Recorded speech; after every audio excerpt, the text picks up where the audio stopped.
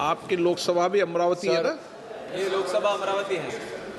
Sir, today I would like to speak in Telugu, sir, my native language, because this is a historic and an emotional moment for all of Andhra Pradesh, sir. సభాధ్యక్షులకు సహచర సభ్యులకు ఈ ప్రత్యక్ష కార్యక్రమాన్ని ఉత్కంఠంతో ఉద్విగ్నంతో వీక్షిస్తున్నటువంటి అశేష తెలుగు ప్రజానీకానికి మా అమరావతి ఆత్మ బంధువులకు నా హృదయపూర్వక నమస్కారాలు.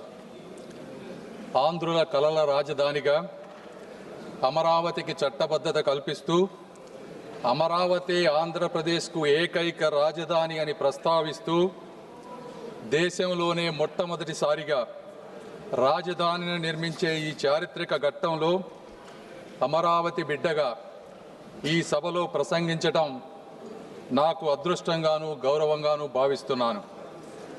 ముందుగా తరతరాలుగా సాగు చేస్తున్న భూమిని రాజధాని నిర్మాణం కోసం త్యాగం చేసిన రైతన్నలకు, వందలాది రోజుల దీక్షతో శాంతియుత ఉద్యమం చేసిన మహిళామ తల్లులకు హృదయపూర్వక కృతజ్ఞతలు తెలియజేస్తా ఉన్నాను. సార్, కృష్ణానది ఒడ్డున ఆంధ్రప్రదేశ్ నడిబొడ్డున ఉత్తర దక్షిణ ప్రాంతాలకు సమాన దూరంలో 3000 సంవత్సరాల నాగరికతకు నిదర్శనం ఈ అమరావతి. శాతవాహనుల సామ్రాజ్యానికి సాక్ష్యం ఈ అమరావతి. సంస్కృతి, శాంతి, విజ్ఞానానికి యుగయుగాల నిలయం ఈ అమరావతి. బౌద్ధ స్తూపాలు, శిల్పాలు, శాసనాలతో విరాజిల్లినటువంటి పవిత్ర భూమి ఈ అమరావతి.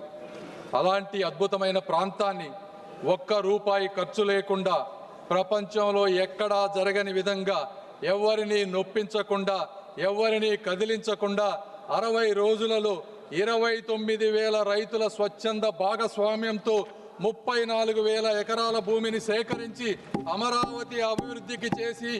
అమరావతి అభివృద్ధికి అంకురార్పణ చేసినటువంటి శక్తి, వ్యక్తి, నమ్మకం మా ముఖ్యమంత్రి శ్రీ గౌరవ నారా చంద్రబాబు నాయుడు గారు.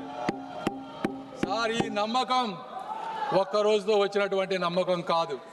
40 సంవత్సరాలుగా ఒక సుదీర్ఘ రాజకీయ ప్రయాణంలో ఇటుక పేర్చుకుంటూ పొద్దున లెగిసిన దగ్గర నుంచి పండుకునే వరకు ప్రజా సంక్షేమమే పరమావధిగా తన పూర్తి జీవితాన్ని త్యాగం చేసినటువంటి ఒక వ్యక్తిపై ఉన్నటువంటి నమ్మకమే ఈ అమరావతి. సార్, ఆ వ్యక్తిని నమ్మి, రాష్ట్ర హామీని నమ్మి ప్రపంచ స్థాయి రాజధాని వస్తుందని తమ పూర్వీకుల జీవనాధారాన్ని అక్కడ రైతులు వదులుకున్నారు. సార్, 2019 ఆంధ్రప్రదేశ్ జరిగినటువంటి సార్వత్రిక ఎన్నికల్లో ఆ రోజు ఉన్నటువంటి జగన్మోహన్ రెడ్డి గారు పాదయాత్ర చేసి ఊరు తిరిగి ఈ ప్రాంతం చిన్న ప్రాంతం, ఇక్కడ 3 రాజధానులు సరిపోవు, ఈ అమరావతిని